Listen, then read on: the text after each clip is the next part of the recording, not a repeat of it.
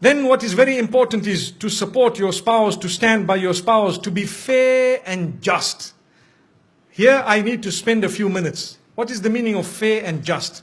Your mother has a problem with your wife. You don't just side with one of them. No, you must be just. You must be fair. If your mother is wrong, she is wrong even if she is your mother. We have an attitude where we say, my mother is my door to paradise. My brother, sometimes your mother is your door to hell. Did you know that?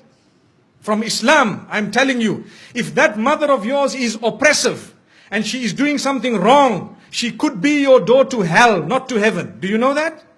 Wallahi. And I am saying this with all passion because we have seen a lot of marriages where the mother-in-law thinks she is the queen who is married to the woman who you are married to before you. And then she comes and relays all her unjust instructions which are absolutely unacceptable. And the man just sits down, that's my mother. That's my mother. That's my mother.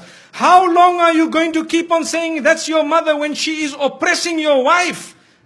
Something somehow, somewhere needs to be said. Either speak to your father or tell your mother, mother, I love you so much. I did not marry this woman for her to be a means of taking my love away from you or your love away from me. The love I have for you is totally different from the love I have for her. So mother, I will love you forever, but I want to tell you this is the line you do not cross, my beloved mother. And you kiss her forehead, you can kiss her hands and her cheeks and tell her that my mother, you are wrong.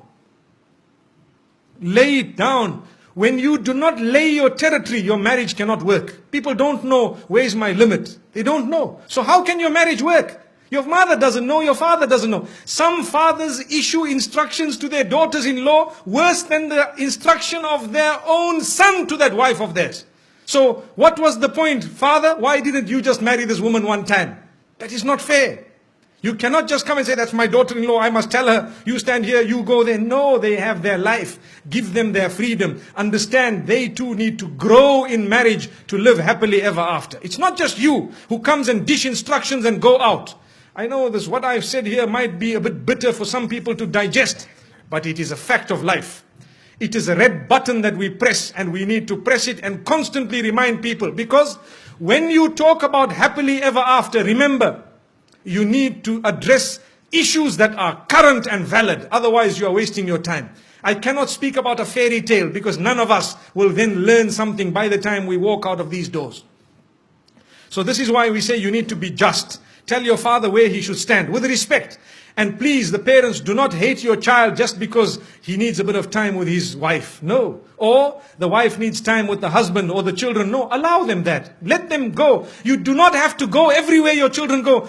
We are going for a holiday, for example, to Penang or to Langkawi. So now father says, we are coming with. Okay, you come with, mashallah. The next year we are going to holiday, we are going to this place, we are coming with. The following year we are... So whenever did they go alone? Never. Why? Because mom and dad tag along. Give them once or twice, a few times, give them their own. Tell them, look, you guys go along, inshallah, enjoy yourselves, and next time we will join you. Perhaps you can arrange for us. Yes, it is very important to look after your parents. Believe me, we are not at all undermining that. That is a rule on its own.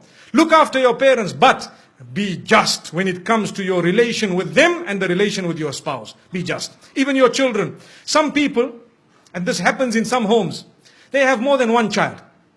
So the children begin to get children.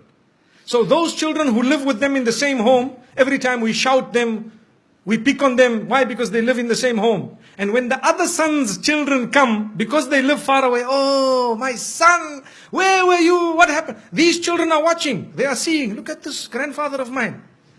These people here, does he know what they do at school? And here he is embracing them. It is only because we are foolish. Human nature makes us get irritated with those we live with sometimes. And we don't know those who are really irritating are actually so close to us because they are far. This is why we tell parents, sometimes you need to make sure your children live a little bit of a distance from you so that you can be even closer in relation. And I have seen in my life with lots of experience that those children who do not live with their parents are sometimes closer in relation with their parents. They have a better understanding and they have a much better relation. And I am not promoting people to abandon their parents. No, you need never to abandon your parents. If you do that, you are sinful of the highest order. But what we are saying is, give each other your breathing space. Is very important. Give each other breathing space. Some women, they get married into homes where mother-in-law sits and dishes instruction, right? Today we will cook this.